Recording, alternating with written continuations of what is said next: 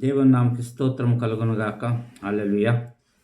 మరి యొక్క సందేశముతో మీ ముందుకు వచ్చినందుకై దేవునికి స్తోత్రములు. ఇవి నా మాటలు కావు, పరిశుద్ధాత్మ దేవుని యొక్క మాటలు. ఆయన తన చిత్తాన్ని మనుషుల ఎడల ఏమైనదో తెలియచేస్తున్నాడు గనక దానిని బట్టి మనము దేవుని ఘనపరిచే వారముగా ఉండాలా. దేవుని నామమునకు మహిమకరముగా జీవించే వారముగా ఉండాలని చెప్పేసి తెలియజేస్తున్నది. అయితే మనలో అనేకులము మార్గము తప్పిపోతూనే ఉంటాం.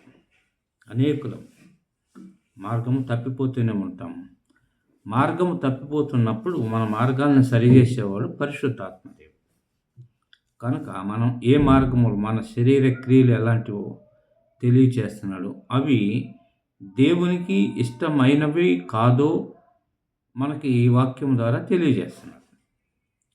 మరి వాక్యం ద్వారా తెలియజేస్తున్నప్పుడు వాటిని మనము అంగీకరించి ఆ విధముగా నడుచుకుంటున్నామా, లేక విడిచి దేవునికి ఇష్టలుగా జీవిస్తున్నామా పరిశీలన మనల్ని మనము చేసుకోవాలి.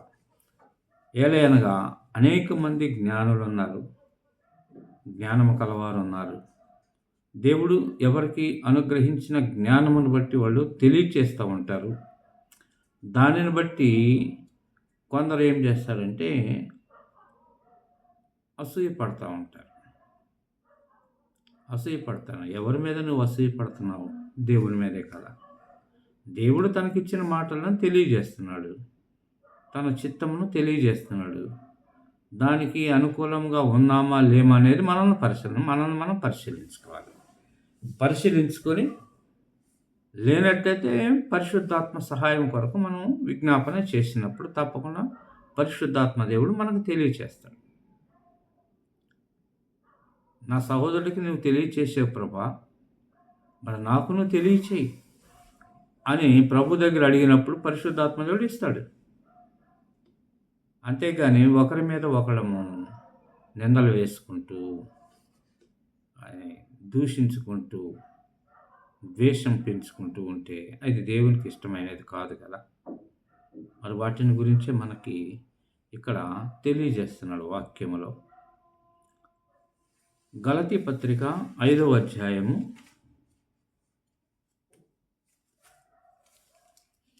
గలతీయులకు రాసిన పత్రిక 5వ అధ్యాయము 19, 20, 21 వచనాలు మనం ధ్యానించినట్లయితే అక్కడ గలతీ సంఘానికి పరిశుద్ధాత్మ ప్రేరణతో అపోస్తులైన పౌలు గారు చెప్పుచున్నటువంటి మాటలు. పరిశుద్ధాత్మ ప్రేరణతో అపోస్తులైన పౌలు గారి నోటి నుంచి పలికిస్తున్నటువంటి మాటలు. సంగమునకు దేవుని సంగమునకు ఏమని చెప్తున్నాడంటే, శరీర కార్యములు స్పష్టమై ఉన్నవి అవేవనగా, మనము శరీరముతో చేసేటువంటి కార్యాలు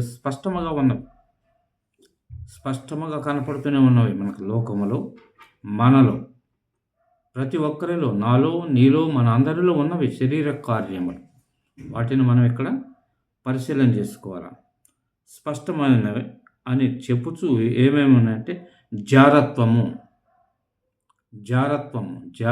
అనగా దేవుని సన్నిధి నుంచి జారిపోయే తత్వము, దేవుని మార్గములో నుంచి లోకములోనికి మారిపోయేదని జారత్వం. అది ఒకటి శరీర కార్యం. దేవుడు చెప్పుచున్నటువంటి మార్గములు నడవకుండా లోకములోనికి వెళ్ళిపోతున్నాయి. ఇది జారత్వం.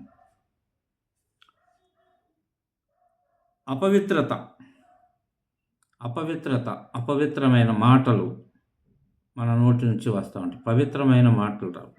అబద్ధములు ఇవన్నీ కూడా మనకి అపవిత్రమైనటువంటి కపటమైన మాటలు, ఇవన్నీ కూడా దేవునికి ఇష్టమైన అపవిత్రత. కాముకత్వం అనగా కామముతో చూసేటువంటి తత్వం. ఒక మంచి సహోదరి అలంకరించుకుని పోతుంటే ఆయన అందాన్ని చూసి పురుషుడికి కలిగేటువంటి మొట్టమొదటి ఆలోచన, ఆమెతో నేను శయనిస్తే బాగుండు. ఇదే కాముకత్వం హృదయంలో. అందుకని యేసు ప్రభు కూడా అంటాడు కదా, ఒక స్త్రీని మోహపు చూచువాడు అప్పుడే తన హృదయం మీద ఆమెతో వ్యభిచరించిన వాడై ఉన్నాడని చెప్పేసి యేసు ప్రభు చెప్పాడు. మరి దాన్ని ఇక్కడ చూపిస్తున్న కాముకత్వం, కామంతో చూసేటువంటి తత్వం. ప్రతి పురుషుడు కలిగేది అదే. మంచి అందమైన స్త్రీని చూస్తే, అందమైన పురుషుడిని చూస్తే స్త్రీకి కూడా అదే ఆలోచన కలుగుతుంది. అది కూడా దేవునికి అసహ్యం అని చెప్పేసి మనకు తెలియజేస్తున్నాడు. కలహములు, కాముకత్వం, విగ్రహారాధన అనగా బొమ్మల పూజ చేయటం కాదు విగ్రహారాధన. ప్రతి మనుషుల్లో ఒక విగ్రహం ఉన్నది. ఒకడు నేను మంచిగా చదువుకోవాలి, చదువు విగ్రహమైనది. గొప్ప ఉద్యోగం చేయాల, విగ్రహం. నేను అధికారం చెలాయించాల, విగ్రహం. ఇల్లు కట్టుకోవాలా, విగ్రహం. వీటన్నిటికి కావాల్సినటువంటి శక్తిని, సమయమును, ధనమును సమకూర్చుకోవడానికి ఒకడు మంచి భార్య కావాలా, విగ్రహం. ఈ విధముగా ప్రతి మనుష్యునిలో విగ్రహాలు. ఈ బొమ్మలే కాదు, ప్రతి మనుషుల్లో ఉన్న కోరికలే విగ్రహాలు. అదే విగ్రహారాధన. అభిచారం అనగా అభిమానముతో ఆచరించేటువంటి ఆచారములు. అభిమానం, నాకేంటి, నేను ధనవంతుల్ని, నన్నేవాడు అడిగేది. అభిమానం, ధనం అన్నా కదా అభిమానం. అభిమానంతో ఆచరించే ఆచారాలు ఇవి అభిచారములు. ద్వేషములు, తనకు తెలియని విషయాలు ఎవరైనా చెబుతుంటే ద్వేషం పుడుతూ ఉంటుంది. ద్వేషము కలుగుతూ ఉంటుంది మానవులకి వారికి తెలియని విషయాలు చెబుతూ ఉంటే ద్వేషిస్తూ ఉంటాడు. అది అన్య జనులలో కాదు, క్రైస్తవులలోనే ఉన్నది ఆ ద్వేషం. క్రైస్తవ కాపరలలోనే ఆ ద్వేషాలు ఉన్నవి. వారికి తెలియని విషయాలు ఎవరైనా చెబుతుంటే కాపరిని ద్వేషిస్తారు. నీవు వాటిని నేర్చుకుని నీ సంఘానికి చెప్పాలి కదా. సంఘంలో అనేకులు ఉంటారు కనుక చెప్పాలి. వాళ్ళకి చెప్తే వాళ్ళు మార్పు చెందుతారేమో, వాటి నుంచి విడుదల పొందుతారేమో. కానీ నువ్వే ద్వేషిస్తున్నావు, సేవకులే ద్వేషిస్తారు. సంఘానికి చెప్పుకో. ఇవి ద్వేషములు.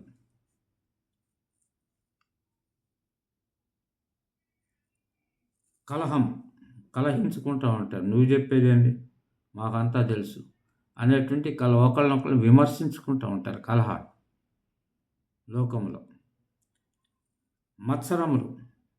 మత్సర పడుతూ ఉంటారు లోపలే. నాకు తెలియని విషయాలు వీడు చెప్తున్నాడు అని మత్సరం.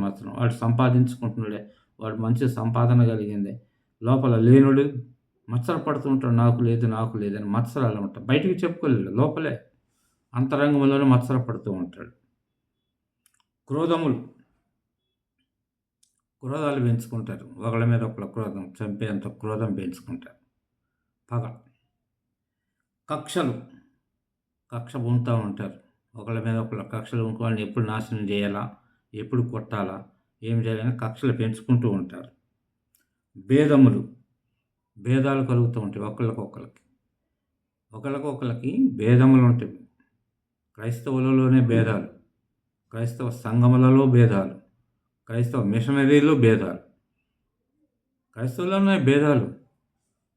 లూథరన్లలో ఒక భేదం, రోమన్ క్యాథలిక్ ఒక భేదం, బ్యాప్టిస్ట్ ఒక భేదం, సిఎస్ఐ ఒక భేదం. ఈ విధముగా అనేకులు భేదాలు.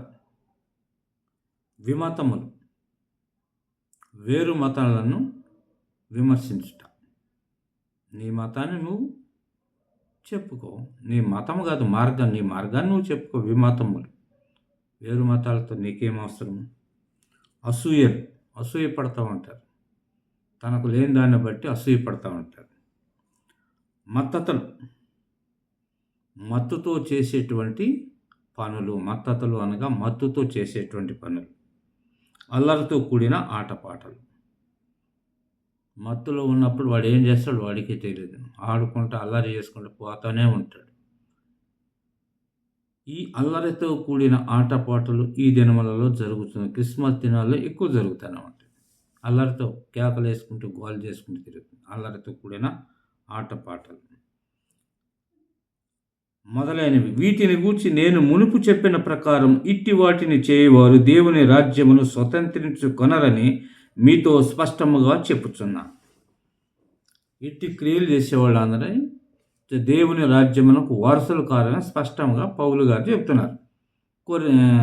గలతీ సంఘానికి గలతీ సంఘానికి చెప్పుచున్నటువంటి మాటలు ఈ దినమున నాకు నీకు మనకు వర్తిస్తాయా వర్తించవా పరిశీలన చేసుకోవాలి, ఆలోచన చేయాలి. ఆలోచించినప్పుడు తప్పకుండా దేవుని ఆత్మ మనల్ని సంధిస్తుంది. ఇవి మనలో లేకుండా చూసుకున్నప్పుడు మాత్రమే దేవుని రాజ్యం మనకు వారసులు అవుతాయి. ఇలాంటి క్రియలు చేసేవాడు దేవుని రాజ్యం స్వతంత్రించుకోవాలని స్పష్టంగా చెప్తున్నాడు పౌలు గారు. పరిశుద్ధాత్మ దేవుడు చెప్పిస్తున్నాడు పౌలు గారి ద్వారా గలతీ సంఘానికి. అక్కడ సంఘానికే కాదు, ఇప్పుడు నేడు మనకు కూడా ఇది వర్తిస్తుంది. ప్రతి మాట కూడా వర్తిస్తుంది. ఇవి ఉన్నవాళ్ళు ఇవి మనలో ఈ 15 ఉంటాయి. ఈ క్రియలు ఉన్నాయి, ఇంకా చాలా ఉన్నాయి చెప్తే. అయితే ఆత్మఫలం ఏమనగా ప్రేమ, సంతోషము. ప్రేమ, మనం ఎప్పుడైతే ప్రేమిస్తామో మనకు సంతోషం కలుగుతుంది. ఎవరిని? మనం ప్రేమించేటువంటి వ్యక్తులు మన ఇంటికి వస్తుంటే మనం ఎంతో సంతోషిస్తాం. ఆ సంతోషం ఎక్కడి నుంచో? ప్రేమలో నుంచి వస్తుంది. ప్రతి మనిషిని మనం ప్రేమించాలి. క్రీస్తు మన ఎడల చూపిన ప్రేమ, క్రీస్తు ప్రేమను చూపుతున్నామా లేమో పరిశీలన చేసుకోవాలి. ప్రేమలో మనకు సంతోషం కలుగుతుంది. సంతోషంలో మనకు సమాధానం, సంతోషం మనకు ఇతరులతో సమాధానం కలుగుతూ ఉంటుంది. దీర్ఘశాంతము, ఎవరేమన్నా దీర్ఘశాంతముతో మనం క్షమించుకుంటూ పోవటమే. దయాళత్వము, దీనిలో దయ చూపించి వాళ్ళకి సహాయం చేయటం, దయాళత్వము. మంచితనము, 10 మందికి మనం మంచి చేసేవాళ్ళగా ఉండాలి. మంచి మాటలు, మంచి మార్గం చూపించేవారిగా ఉండాలి. విశ్వాసం, మరి ముఖ్యం దేవుని యందు మనం విశ్వాసం కలిగి ఉండాలా. సాత్వికులమై ఉండాలి. ఒకళ్ళని కొట్టేవాళ్ళం కాదు, తగాదలు ఆడేవాళ్ళుగా కాకుండా సాత్వికంతో వాళ్ళని సమాధానపరిచేవారిగా ఉండాలా. ఆశా నిగ్రహం, ఈ లోకము అనేక ఆశలు కలిగిస్తూ ఉంటుంది. ఈ ఆశలలో నుండి మనల్ని విడిపించేది దేవుని వాక్యం. ఆశని నిగ్రహించుకోవాలి. మనం నిగ్రహించుకోవాలంటే దేవుని వాక్యమే మనల్ని నిగ్రహిస్తుంది. దేవుని వాక్యం అనగా దేవుడే మనకు ఆ నిగ్రహ శక్తిని అనుగ్రహిస్తాడు. ఆశా నిగ్రహం, ఇవి కలిగిన వాడు దేవుని రాజ్యమునకు వారసుడు. పైన కలిగిన 15 దేవుని రాజ్యమునకు వారసులు కారని చెప్పుతున్నాడు పరిశుద్ధాత్మదేవుడు. స్వతంత్రించుకోరని చెప్పేసి పరిశుద్ధాత్మదేవుడు తెలియజేస్తున్నాడు. మరి అవి మనలో ఉన్నవా లేవా పరిశీలన మనం చేసుకోవాలి. ప్రతి ఒక్కరూ నన్ను నేను చేసుకుంటా, నిన్ను నువ్వు చేసుకో, ఎవరికి వాళ్ళే పరిశీలన చేసుకోవాలి. ఇంకో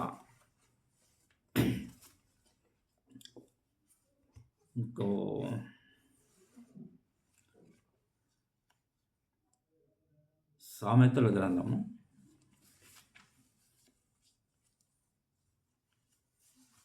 8వ అధ్యాయము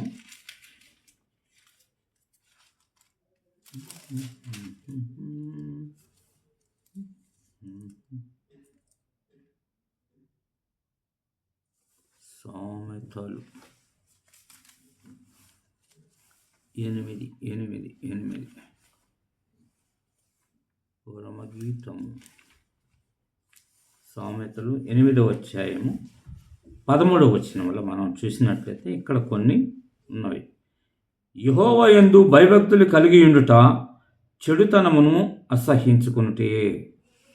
దేవుని యందు మనం ఎప్పుడైతే భయభక్తులు కలిగి ఉంటామో మనము చెడుతనమును మనలో ఉన్నవి చెడి, వీటిని అసహించుకొని దేవుని సన్నిధికి మనం రావాలని చెప్పేసి తెలియజేస్తున్నాడు. అవేమనగా గర్వము, అహంకారము, దుర్మార్గత, కుటిలమైన మాటలు నాకు అసహ్యములు అని దేవుడు తెలియజేస్తున్నాడు. సొలొమోను ద్వారా మనకి తెలియజేస్తున్నాడు. ఏమని తెలియజేస్తున్నాడంటే, యెహోవా యందు భయభక్తులు కలిగి ఉండుట చెడుతనమును అసహ్యించుకునుటే. చెడుతనం అనగా అనేకమైన గలతీ పత్రికలు మనం అందరం చదువుకున్నాం. అవన్నీ చెడు పనులే, దేవునికి ఇష్టం లేనటువంటి. ఇక్కడ దాన్ని తెలియజేస్తున్నాడు. అట్లా ఏమున్నది? గర్వం ఉన్నది. ఒకళ్ళ చదువును బట్టి గర్విస్తూ ఉంటాడు, ఒకళ్ళ ఆస్తులను బట్టి గర్విస్తూ ఉంటాడు, ఒకళ్ళ ధనాన్ని బట్టి గర్విస్తూ ఉంటాడు. నాకేంది కొదువ అనేటువంటి ఈ గర్వంతో అనేక మంది ఉన్నారు. లోకములో ఉన్నటువంటి అనేక మంది ధనవంతులు వాళ్ళ ధనాలను బట్టి, వాళ్ళ చదువులను బట్టి, ఉద్యోగాలను బట్టి గర్విస్తూ ఉంటారు. అయితే నీవు క్రీస్తులోనికి వచ్చిన తరువాత, క్రీస్తు సేవ చేయుచున్న తరువాత నీలో అవి ఉండకూడదు అనేటువంటి దాన్ని మనకి సూచిస్తూ తెలియజేస్తున్నాడు. ఇక్కడ గర్వం అనేది ఉండకూడదు. నీవు యేసు క్రీస్తు పరిచర్య చేస్తున్నప్పుడు, నీవు సేవకుడిగా ఉన్నప్పుడు నీలో గర్వం ఉండకూడదు, అసూయ ఉండకూడదు, ద్వేషం ఉండకూడదు. గర్వం అనేది అసలు ఉండకూడదు. అహంకారం వాడేంది నాకు చెప్పేది అనేటువంటి అహంలో ప్రతి ఒక్కరు కూరుకుపోయి ఉన్నారు క్రైస్తవ కాపరులు. నేటి క్రైస్తవ కాపరులే ఉన్నారు. వాడు చెప్తే నేనెందుకు వినాలా అనేటి నాకంతా తెలుసు అనే అహంలో చాలామంది అన్నారు.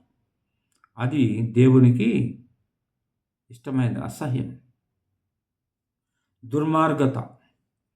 దుర్మార్గత అనగా దుష్టుని యొక్క ఆలోచనల చొప్పున నడుచుకున్నటే దుర్మార్గత. దుష్టుడు ఎవడంటే సాతాను యొక్క ఆలోచనలు కలిగి ఉంటారు ప్రతి మనుష్యుడు. లోకాన్ని బట్టి సాతాను యొక్క ఆలోచన కలిగి ఉంటారు. దుర్మార్గం. వాడు దుర్మార్గుడు. ప్రభు పరలోకానికి పోకుండా పడదోసేవాడు వాడే మనల్ని. కనుక లోక ఆశలు కల్పించి దేవుని దీవెనలు పొందకుండా, ఆశీర్వాదం పొందకుండా చేయవాడు అపవాది. కనుక దుర్మార్గుడు.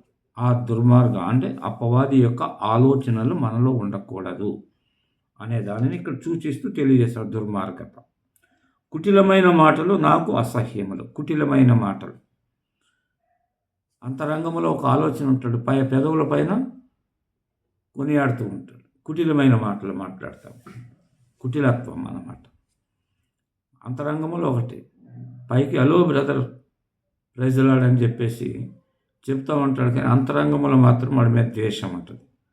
అట్లా కుటిలమైన మాటలు మాట్లాడే వాళ్ళన్నా నాకు అసహ్యం. అంతరంగంలో ఒకటి, పెదవుల పైన ఒకటి. ఇవి నాకు అసహ్యం అని చెప్పేసి ప్రభువు చెప్తున్నాడు. కుటిలమైన మాటలు నాకు అసహ్యములు అని చెప్తున్నాడు.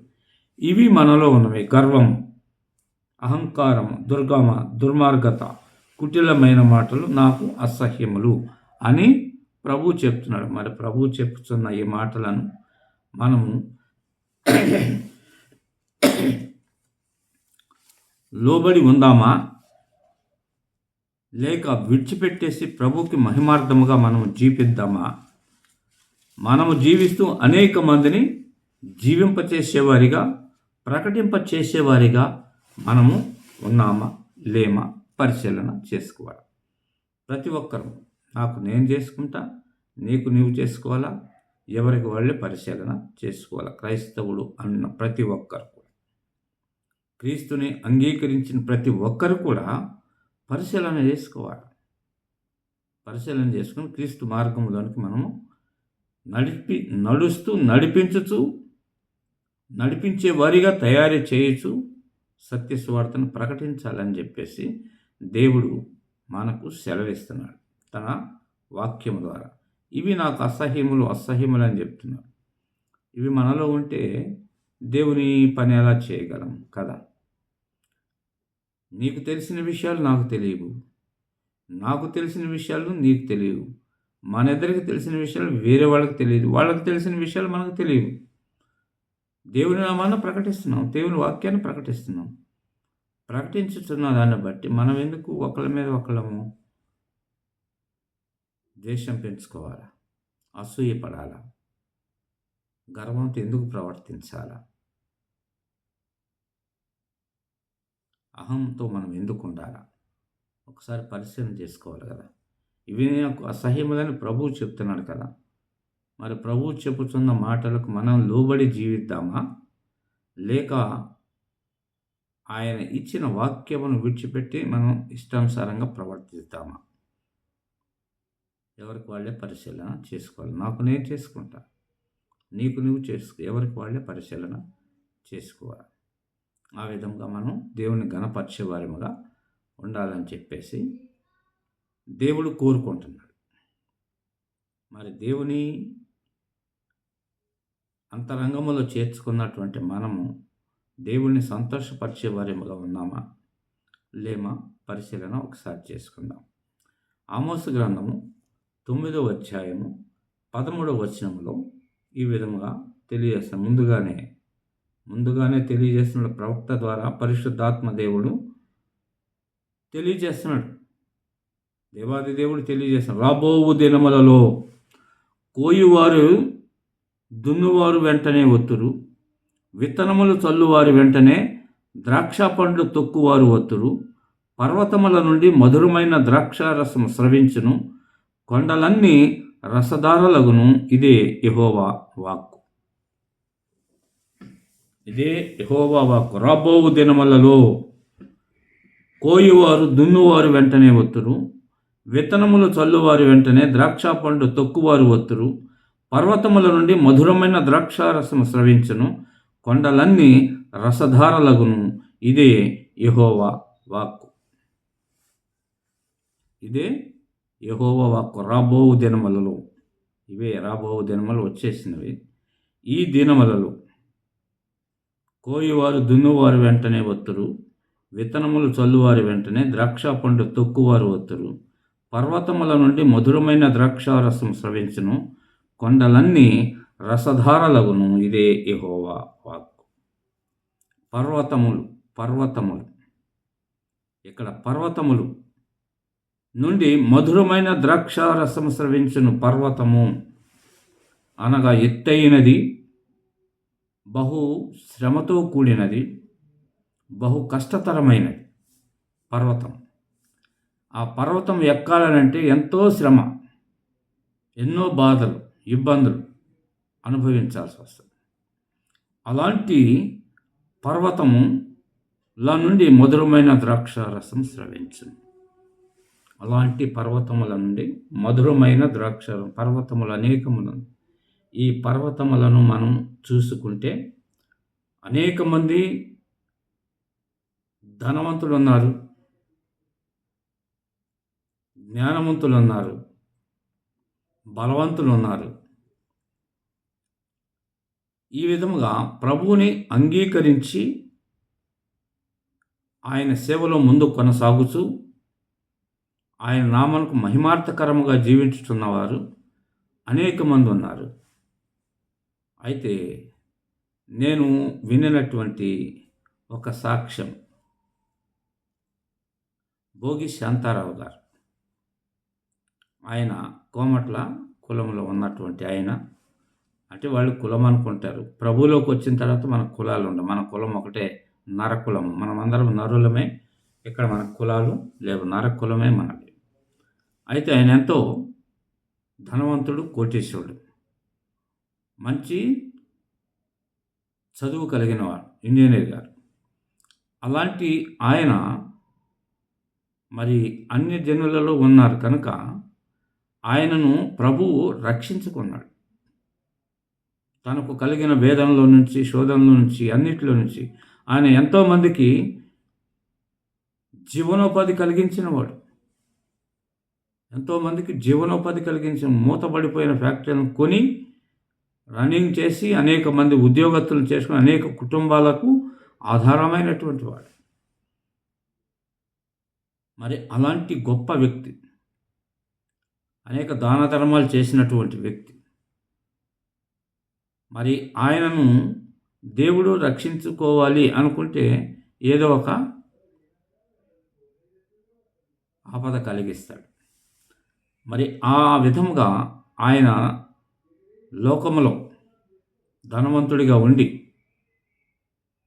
మరి ఉన్నటువంటి విగ్రహారాధన కలిగి ఉన్నటువంటి గొప్ప వ్యక్తి.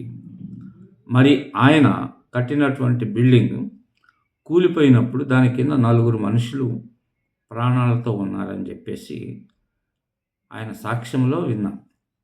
మరి ఆయన గొప్ప కోటీశ్వరుడు. అంతటి కోటీశ్వరుడిని మనం కోటీశ్వరులను కావాలంటే ఎంత శ్రమ పడాలా? ఆయనలా మనం ఎదగాలంటే ఎంత కష్టపడాలా? పర్వతం లాంటి వాడు ఆయన. ఆయన ఒక పర్వతం లాంటి వాడు. ఆయన రక్షించబడిన తరువాత ఆయన నోటి నుంచి మధురమైన ద్రాక్షారసం స్రవించును. మధురమైన ద్రాక్షారసం అనగా మధురమైన దేవుని సువార్త ప్రకటించుతున్నాడు ఆయన. దేవుని సువార్త ప్రకటన తనకు కలిగిన తన వేదనలో శోధనలు ఎవడు ఆదరించిన వాళ్ళు లేరు. ఆదరించిన వాడు ఒక దేవుడే. విడిపించిన వాడు యేసు ప్రభు. ఆయన స్వరము విన్నాడు. యేసు ప్రభు స్వరము. ఆయన యేసు ప్రభు స్వరము విని ఆయన చూపించిన చోట త్రవగా ఆ నలుగురు మనుషులు బ్రతికి బయటికి వచ్చినప్పుడు ఆయన దేవునికి లోబడిపోయినాడు. దేవుని విశ్వసించే తన వాళ్ళందరూ ఆయనను అసహించుకున్న, వ్యతిరేకించిన ఆయన ప్రభువుని విడిచిపెట్టలేదు. ప్రభువులోనికి వచ్చాడు. ఆయన ప్రభువులోనికి రావటానికి ఒక సహోదరి, ఆయన ఇంట్లో వాచ్మెన్గా పనిచేస్తున్నటువంటి భార్య, వాచ్మెన్ యొక్క భార్య సహోదరి ప్రార్థన చేయగా ఆమె ప్రార్థన ఏమని చేసిందంటే, ప్రభా నీవు సజీవుడు అయిన దేవుడు, ఆ నలుగురు మనుషులు బ్రతికున్నారు, నీవు నాతో కాదు ఇంజనీర్ గారితో మాట్లాడు, శాంతారావు గారితో నీవు మాట్లాడు ప్రభు అని చెప్పేసి ఆమె ప్రార్థించగా ఆమె ప్రార్థనను బట్టి ప్రభు ఆయనతో మాట్లాడినప్పుడు ఆయన ప్రభు మాటకు లోబడి ప్రభువుని ప్రశ్నించాడు. నేను ఎక్కడ తవ్వాలా నువ్వు చూపించు అన్నప్పుడు భూమిలో నుంచి వెలుగు వచ్చింది. ఆ వెలుగు దగ్గర ప్రయత్నం చేసినప్పుడు ఆ నలుగురు వచ్చినారు. దానిని బట్టి ఆయన ప్రభువుని అంగీకరించి సేవ చేయుచున్నాడు. దేవుని యొక్క పరిచర్య. ఆయన ఒక పర్వతం లాంటి వాడు. ఆయనతో మనం సమానులుగా చేసుకోవాలంటే ఎంతో కష్టపడాలి. బహుధనవంతుడు, బహు విద్యావేత్త, అనేక కుటుంబాలను పోషించినవాడు, అంతటి గొప్ప వ్యక్తి. ఆయన నోటి నుంచి మధురమైన ద్రాక్షారసము రక్తమునకు సాదృశ్యము, రక్తము ప్రాణము. ఆయన నోటి నుంచి వస్తున్నటువంటి మాటలు క్రీస్తు యొక్క సువార్తను బట్టి అనేక ప్రాణములు రక్షణలోనికి వస్తున్నాయి, ప్రభువుని అంగీకరిస్తున్నాయి. అనేక మంది ఆయన సాక్ష్యాన్ని బట్టి, ఆయన వాక్యమును బట్టి అనేక మంది రక్షణలోనికి వస్తున్నారు. ఎవరు వస్తున్నారంటే ఆయన నోటి నుంచి వచ్చిన క్రీస్తు యొక్క మాటలు, వాక్యం వినుచుండగా తమ ప్రాణాలను రక్షించే మధురమైనటువంటి ద్రాక్షారసం, దేవుని వాక్యము ఆయన నోటి నుంచి వస్తుండగా కొండలన్నీ రసధారలగును. కొండ కఠినమైనది, బండలాంటి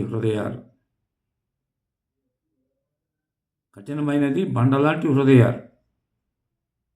ఆయన మాటలకు, ఆయన సాక్ష్యములకు, ఆయన చెప్పిన సువార్తకు మార్పు చెంది ఆయన సంఘములో ఉండి వాళ్ళు నోటి నుంచి కూడా ప్రభు యొక్క సువార్త వినిపించబడుతుంది.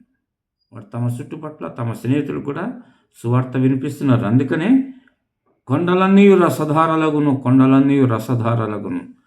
క్రీస్తు యొక్క సత్య సువార్త అనే రసధార వారి నోటి నుంచి వినిపించబడుతున్నది. వారు రక్షణ పొందుకున్న బండలాంటి హృదయం కలిగిన వారు కూడా శాంతారావు అయ్య గారి వాక్యము ద్వారా, ఆయన సాక్ష్యం ద్వారా అనేక మంది మార్పు చెంది రక్షణ పొందుకొని వారి కుటుంబ సభ్యులకు, వారి రక్త సంబంధీకులకు క్రీస్తును ప్రకటిస్తున్నారు. రసధార క్రీస్తు యొక్క సువార్తను వారు కూడా వాళ్ళ బంధువులకు, స్నేహితులకు తెలియజేస్తున్నారు.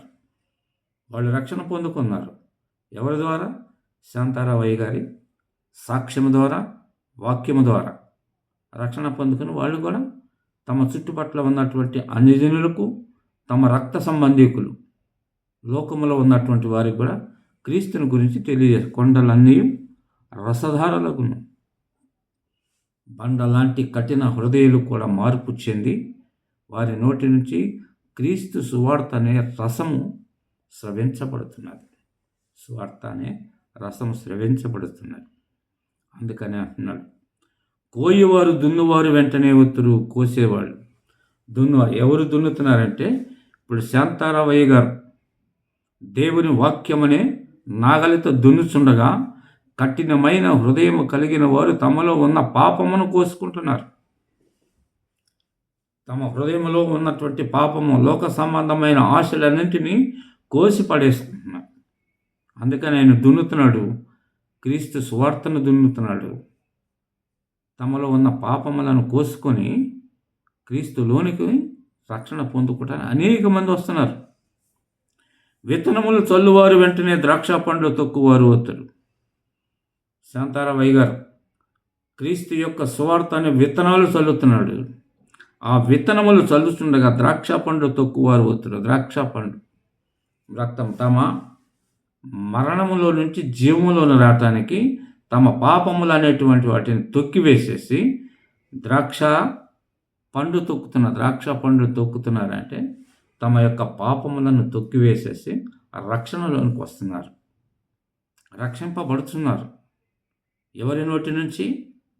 శాంతారావయ్య గారి నోటి నుంచి క్రీస్తు అనే విత్తనములు, వాక్యం అనే విత్తనములు చల్లుచుండగా కఠినమైనటువంటి రాతి హృదయం కలిగిన వారు కూడా మార్పు చెంది తమ ప్రాణాన్ని రక్షించుకోవటానికి క్రీస్తులోనికి వస్తున్నారు. ఆ విధముగా వస్తున్నారు. వారు కూడా ప్రకటించినకే దున్ను వారి వెంట కోయివారు వస్తున్నాయన వాక్యము క్రీస్తు వాక్యమునే నాగలితో దున్నుచుండగా పాపం అనే పంటను కోసుకొని రక్షణలోకి వస్తున్నారు. క్రీస్తు వాక్యమనే విత్తనములు చల్లుచుండగా ద్రాక్ష పండ్లు తమ బ్రతకాలని చెప్పేసి తమ పాపములను త్రొక్కివేసి ప్రభు రక్షణలోనికి వస్తున్నారు. ఈయన ఒక పర్వతము, ఈయన పర్వతమునకు సాదృశ్యం శాంతారావయ్య గారు. ధనవంతుడు, విద్యావేత్త, అనేక మందికి జీవనోపాధి కలిగించినవాడు, అనేక మంది జీవింప చేయుచున్నవాడు. బండలాంటి హృదయాలు కూడా ఆయన వాక్యము ద్వారా, యేసుక్రీస్తు వాక్యమును ఆయన చెప్పుచుండగా మార్పు చెంది రక్షణ పొందుకొని ప్రభువుని సేవించుతున్నారు. వారి నోటి నుంచి కూడా మధురమైన రసధారాలు స్రవిస్తూ ఉన్నారు. మరి ఎంతటి గొప్ప వ్యక్తి శాంతారావయ్య గారు. మరి ఆయన నోటి నుంచి వచ్చిన మాటలను బట్టి అనేక మంది రక్షణ పొందుకుంటున్నారు. ఆయనతో ప్రభువు మాట్లాడుటకు తన ఇంటిలో పని చేయుచున్న ఒక సేవకురాలు, క్రైస్తవురాలు, ఆమె ప్రార్థనను బట్టి ప్రభువు ఆయనతో మాట్లాడగా ఆయన రక్షణ పొందుకొని సువార్తను అనేక మంది రక్షించబడుతున్నారు. అయితే ఆయన ఒక విషయం ఎప్పుడు మర్చిపోలేదు. అంతటి బలహీనురాలైనటువంటి తన సేవకురాలైనటువంటి ఆమెను కూడా ఘనపరుస్తున్నాడు. తను ఎక్కడ సాక్ష్యం చెప్పినా నేను పొందుకున్నానని చెప్పట్ల. ఆమె ప్రార్థన ద్వారా, ఆమె ప్రార్థించగా ప్రభువు నాతో మాట్లాడి ఆమె ద్వారా నేను రక్షణలోనికి వచ్చాను అని ఆమెను కూడా ఘనపరుస్తున్నాడు. ఆయన తృణీకరించట్లేదు. ఆ సహోదరిని ఘనపరుస్తున్నాడు. ఆయన ఎక్కడ సాక్ష్యం ఆయన ఘనపరుస్తూనే ఉన్నాడు. అది ఆయనలో ఉన్న గొప్పతనం. కొంతమంది అయితే విడిచిపెట్టేస్తారు, నా పని దగ్గరే కదా, ఆమె గురించి ఎందుకు చెప్పాలని చెప్పేసి కొంతమంది అసూయపడతా ఉంటారు, అహాన్ని ప్రదర్శిస్తాను. ఆయనలో అహం లేదు, గర్వం లేదు. తన ఇంటి పని మనిషి ప్రార్థన చేస్తే నేను ప్రభు స్వరము విని రక్షణలోనికి వచ్చాను, ఆయన సువార్త నేను ప్రకటిస్తున్నానని చెప్పేసి ప్రతి చోట కూడా ఆమెను కొనియాడుతూనే ఉన్నాడు. అంత గొప్ప మనస్తత్వం కలిగిన వాడు. ఆయన మంచి స్వరం అయింది, కంచులాగా మోగుతుంది స్వరం. ఆయన పాట పాడుతుంటే వినాలని ఎంతో ఆశ. ఆయన చెప్పుచుండగా కూడా ఎంతో గంభీరంగా ఉంటుంది ఆయన స్వరం. అంత గొప్ప స్వరాన్ని దేవుడు ఇచ్చాడు, అంత గాత్రాన్ని ఇచ్చాడు. మంచి పాటలను కూడా ఆయన పాడుతూనే ఉన్నాడు. ఆయన తన గురించే ఒక పాట కూడా పాడాడు. ఆయన నా శత్రువుల ఎదుటనే నన్ను సిగ్గుపరచని వాడవు, నా విరోధుల ముందరాన తలపైకెక్కిన దేవుడవు, అందుకే నా స్తోత్ర గీతం అని ఆయన మంచి పాట. అది ఆ పాట వినాలని నాకు ఎంతో ఆశ. మరి అది తన యొక్క జీవితానికి అన్వయించుకొని రాసుకొని పాడినటువంటి పాట అని చెప్పేసి నేను అనుకుంటున్నాను. పాట వింటుంటే నాకు ఎంతో సంతోషం వస్తుంది. హృదయం కూడా ద్రవించిపోతూ ఉంటుంది అన్నమాట ఆయన సాక్ష్యం అంటే. అంత గొప్ప వ్యక్తి. ఆయన ఒక పర్వతం లాంటి వాడు. ఆయన అంత కోటీశ్వరుడు కావాలంటే మనం ఎంత శ్రమ పడాలో, పర్వతం ఎక్కాలంటే ఎంత శ్రమ, కోటీశ్వరుడు కావాలంటే శ్రమే కదా. ఈ లోక ధనమును సంపాదించాలి, శ్రమే కదా. ఆయన ఈ లోక ధనాన్ని సంపాదించాడు, పరలోక ధనాన్ని సమకూర్చుకున్నాడు. ఈ లోక ధనము ఉన్నది, ఈ లోక జ్ఞానం ఉన్నది, పరలోక ధనం ఉన్నది, పరలోక జ్ఞానము ఉన్నది. అంత గొప్ప వ్యక్తి. ఆయన ఒక పర్వతం. అందుకని అంటున్నాడు, పర్వతముల నుండి మధురమైన ద్రాక్షారసము స్రవించును. పర్వతముల నుండి మధురమైన ద్రాక్షారసం, క్రీస్తు సువార్త అనే మధురమైన ద్రాక్షారసము, ప్రాణములను రక్షించే వాక్యము వినిపించబడుతున్నది. అందుకనే ఆయన ఒక పర్వతం అని చెప్పేసి నేను ఇక్కడ తీసుకుని చెప్పటం జరిగింది. మరి దీనిలో ఏమైనా తప్పులుంటే మీరు క్షమించాలి అయ్యగారు. నేనైనా తప్పుగా మాట్లాడితే కృపతో యేసు నామములో నన్ను క్షమించాలా. అయితే మీకు 15వ వచనములో, వారి దేశమందు నేను వారిని నాటుదును, నేను వారికిచ్చిన దేశములో నుండి వారు ఇక పెరికి వేయబడరని నీ దేవుడైన యెహోవా సెలవిచ్చుచున్నాడు. వారి దేశమందు నేను వారిని నాటుదును. వారి దేశమందు, వారి దేశం అనగా పరలోకం. అక్కడ నేను నాటుతాను అంటున్నాడు. వారి దేశమందు నేను వారి నాటుదును, నేను వారికి ఇచ్చిన దేశముల నుండి వారి ఇక పెరికి వేయబడరని నీ దేవుడైన యెహోవా. పరలోకముల నుండి ఆయన పడిపోవటానికి అవకాశమే లేదు. పరలోకం ఆయనది. పరలోక రాజ్యములోనికి ఆయనకి స్థానం ఉన్నది. ఆయన అక్కడ నాటుతాడు, పరలోకంలో నాటుతానని చెప్పేసి దేవుని వాక్యం సెలవిస్తుంది. వారి దేశమందు నేను వారిని నాటేదిని. వారి దేశం పరలోకంలో వారు నాటుతాం. వారికి ఇచ్చిన దేశంలో నేను అంటున్నాడు యేసయ్య. నేను వారికి ఇచ్చిన దేశంలో, ఆయన ఇస్తాడు దేశం ఏది? పరలోకం. దానిలో నుండి ఇక వారు పెరికి వేయబడరని. పరలోకం నుంచి వాడు కిందకు వచ్చే ప్రసక్తే లేదు. పరలోకానికి వెళ్ళినాడు మళ్ళీ బయటికే రాడు. పాతాళానికి పోయినాడు బయటికి రాడు, పరలోకానికి పోయినాడు కిందకి రాడు. కిందవాడు పైకి పోడు, పైవాడు కిందకి రాడు. ఎవరు ఎక్కడ ఉన్నారో అక్కడే ఉండిపోతారు అని నీ దేవుడైన యెహోవా సెలవిస్తున్నాడు. నీ దేవుడు కాదయ్యా, మన దేవుడు సెలవిస్తున్నాడు.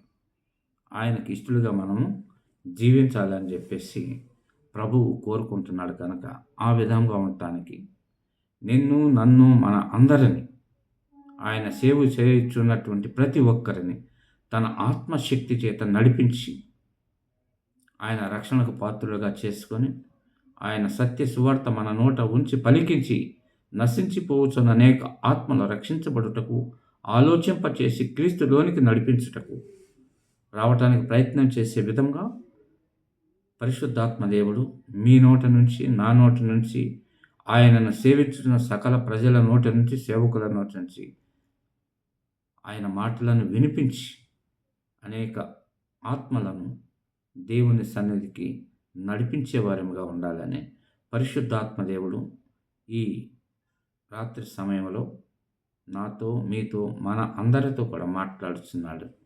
అందరిని బట్టి దేవునికి స్తోత్రం.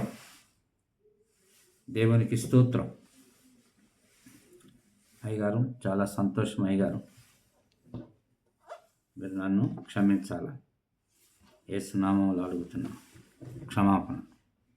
ఏమైనా తప్పుగా మాట్లాడితే దయతో క్షమించమని కోరుకుంటూ విజ్ఞాపన చేస్తున్నాను. ప్రార్థన చేసుకున్నాం. మహాపరిశుద్ధుడా, మహోన్నతుడా, మహిమగల దేవా, నీకే స్తోత్రము నా తండ్రి. ఆమోసు గ్రంథంలో నుంచి నా తండ్రి నువ్వు మాట్లాడిన పర్వతం నీ దాసుడు నా ప్రభా, నా సహోదరుడు పర్వతం లాంటి వాడు ప్రభా. ఆయనను అందుకోవాలంటే మేము ఈ లోకంలో ఎంతో శ్రమ పడాలి. పర్వతం శ్రమతో కూడినది, దాన్ని అధిరోగించటం. మరి అలాంటి పర్వతం లాంటి నీ దాసునైనా ప్రభా, నీ సేవకై పిలుచుకొని నీ వాక్యమును తన నోట ఉంచి నీ ప్రజలతో మాట్లాడచ్చు. బండ లాంటి మొండి హృదయాలను కూడా నా తండ్రి ద్రవింప చేయొచ్చు. రక్షణలోనికి నడిపించుతూ అనేక ఆత్మలను నీ సన్నిధికి నడిపించుతున్న నీ సేవకునికి నీ ఆత్మ శక్తిని, ఆత్మ జ్ఞానమును, ఆత్మ వివేచనను దయచేయం. నీ చిత్తమైతే నా ప్రభా నీ దాసునికి ప్రవచనాత్మను కూడా దయచేయమని వేడుకొంచు. రాబో కాలంలో ఏమి సంభవింపబోతున్నదో ముందుగానే తెలియచేసి ఆ ప్రాంతంలో ఉన్న నీ ప్రజలను రక్షించుకున్నటకు ప్రవచనాత్మను అనుగ్రహించమని విజ్ఞాపన చేయుచున్నా. నీ చిత్తమే తండ్రి. నేను వేడుకునేవాడనే కానీ సమస్త క్రియలు జరిగించేవాడవని నీ దాసుని కుటుంబమును జ్ఞాపకం చేసుకున్న తండ్రి. ఆ కుటుంబమంతా నీ సేవలో వాడబడటకు తనకిచ్చినట్టు సంతానము నా తండ్రి నీ సేవలో బలమైన సాధనలుగా వాడబడటకు నీ ఆత్మతో నింపి నీ కృపా వరములను నా ప్రభ అనుగ్రహించి నీ సన్నిధిలో వారు నీ తట్టు చేతులెత్తి ప్రార్థించుచుండగా ఎదురు వ్యక్తిలో ఉన్నటువంటి జ్వరములు కానీ, వ్యాధులు కానీ, దురాత్మలు కానీ సమస్తము లయమైపోవలగిన స్వస్థత కృపా వరములను నీ దాసుని కుటుంబమునకు నీ దాసునికి దయచేయమని విజ్ఞాపన చేయొచ్చు. నీ చిత్తమే సిద్ధించునుగాక. ఇదిగా నా ప్రభ ఏ యోగ్యత లేనివాడను నీ దాసుని పాద ధూళికి సముడను కాను ప్రభా. నేను ఏ యోగ్యత లేనివాడను, అయోగ్యుడను ప్రభ. నీ పాద సన్నిధిలో విజ్ఞాపన చేయుచున్నా. నీ దాసుని పాద ధూళికి సముడను కానయ్యా. కృపతో జ్ఞాపకం చేసుకొని నీ దాసుని ఇంకను నీ ఆత్మతో నింపి నడిపించి అనేక ఆత్మలను నీ సన్నిధికి నడిపించలాగున నీ సత్య సువార్తను తన నోట ఉంచి నీ మాటలతో కఠిన హృదయము కలిగిన వారందరినీ కూడా రక్షణలోకి నడిపించుకొని నీవే నీ పరిశుద్ధ నామానికి మహిమ పొందుకోమని, రక్షణ పొందుకున్న వారు నా ప్రభ తమ కుటుంబములకు, తమ రక్త సంబంధీకులకు, తమ స్నేహితులకు నీ సత్య సువార్తను ప్రకటించేవారిగా నీ ఆత్మతో నింపి నడిపించమని, కొండలన్నీ రసధారాలకు అన్నావు. మన సంఘములో ఉన్న ప్రతి ఒక్క వ్యక్తి కూడా ప్రకటించేవారిగా ఉండటకు సహాయం దయచేయమని నీ దాసుని సంఘమున నా ప్రభ అభివృద్ధిపరిచి విస్తరింపచేసి విశాలపరచమని అనేక ఆత్మలను నీ సన్నిధికి నడిపించేవారిగా నీ దాసుడు చేర్చిన ప్రతి ప్రార్థన నీ పాద సన్నిధికి ధూపం వల్ల చేర్చుకొని నీ కృపలతో నింపి నీకిష్టులైన వారందరికీ నీ రక్షణ దయచేయమని విజ్ఞాపన చేయించున్నాను. నీ చిత్తమే సిద్ధించునుగా. నీ చిత్తమునకు లోబడి జీవించు భాగ్యము నాకును అనుగ్రహించి ప్రభా నీ మార్గములో నడుచు, నీ సన్నిధిలో జీవించు భాగ్యమును నాకును దయచేయమని, నాకును నా కుటుంబమునకు అనుగ్రహించి ఆదరించమని, నీ చిత్తమంతయు నీ దాసుని కుటుంబమునకు, నా కుటుంబమునకు, ఈ లోకములో నిన్ను సేవించుతున్న ప్రతి దాసుని కుటుంబమునకు, నిన్ను అంగీకరించిన ప్రతి ఒక్క విశ్వాసి కుటుంబములకు దయచేయమని, నిరంతరము నీ కృపాక్షేమములు అనుగ్రహించి ఆదరించమని, అల్పుడను, అయోగ్యుడను, అజ్ఞానిని, అవివేకిని విజ్ఞాపన చేసి ఉండగా నా ప్రార్థనకు తగిన ప్రతిఫలమును అనుగ్రహించి నన్నును విశ్వాసములో బలపరచమని, నా ప్రభు, నా రక్షకుడు, నా విమోచకుడైన యేసు పరిశుద్ధ నామమున ప్రార్థించి వేడుకొనుచున్నాను తండ్రి. Amen, amen, amen. హల్లెలూయా. స్తోత్రం, స్తోత్రం.